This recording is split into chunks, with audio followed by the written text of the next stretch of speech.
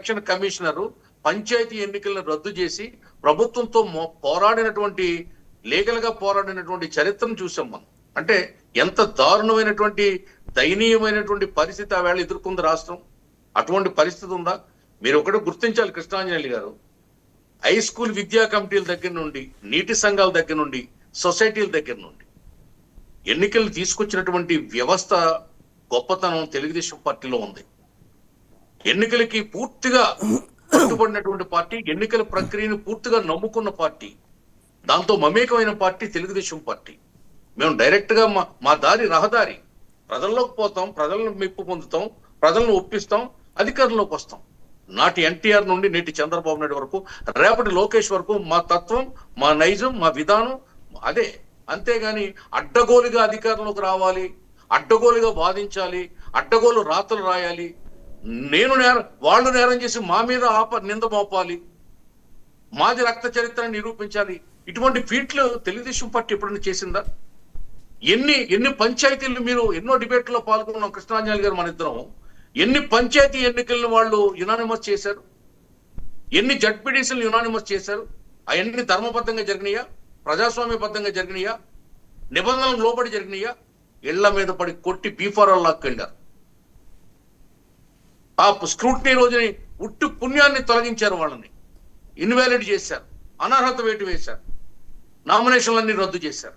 ఇంత చరిత్ర వాళ్ళ కింద ఉందే, దాన్ని మీరు వదిలేసి 13 నెలల్లో ప్రజాస్వామ్యం కూనైపోతుంది, తెలుగుదేశం కూడా రాబోయే రోజుల్లో అదే స్థాయి వస్తుంది.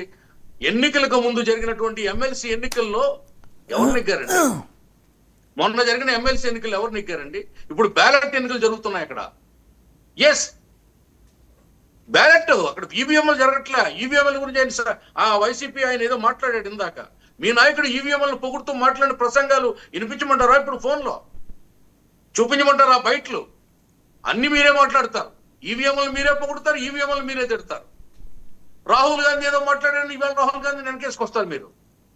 ఓట్లు దొంగతనం జరిగింది అనేది మొట్టమొదటి చెప్పింది 2.5 ఏళ్ల క్రితం తెలుగుదేశం పార్టీ. 27 లక్షల ఓట్లు తొలగించాం పోరాడి, న్యాయ పోరాటం చేసి. ఈ రాష్ట్రంలో మీ పార్టీ నమోదు చేసినటువంటి 27 లక్షల పైచిలకు ఓట్లు రద్దు చేయించాం. అప్పుడే మొన్న ఎలక్షన్కి వెళ్ళాం. ఇది మర్చిపోతే ఎలాగ?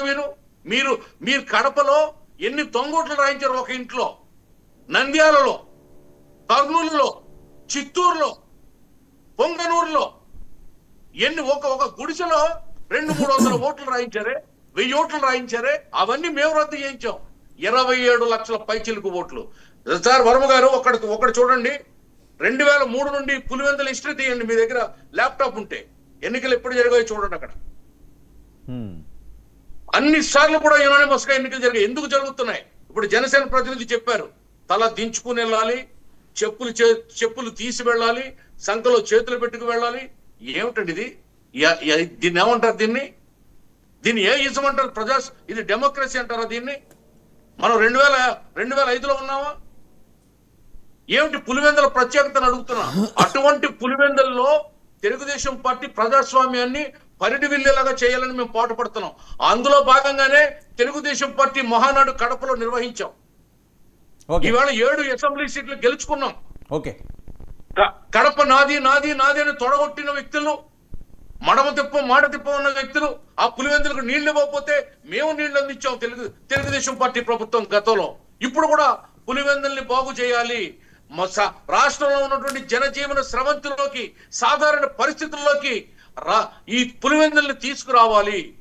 మా ఇతర ప్రాంతాల్లో ఏ విధమైనటువంటి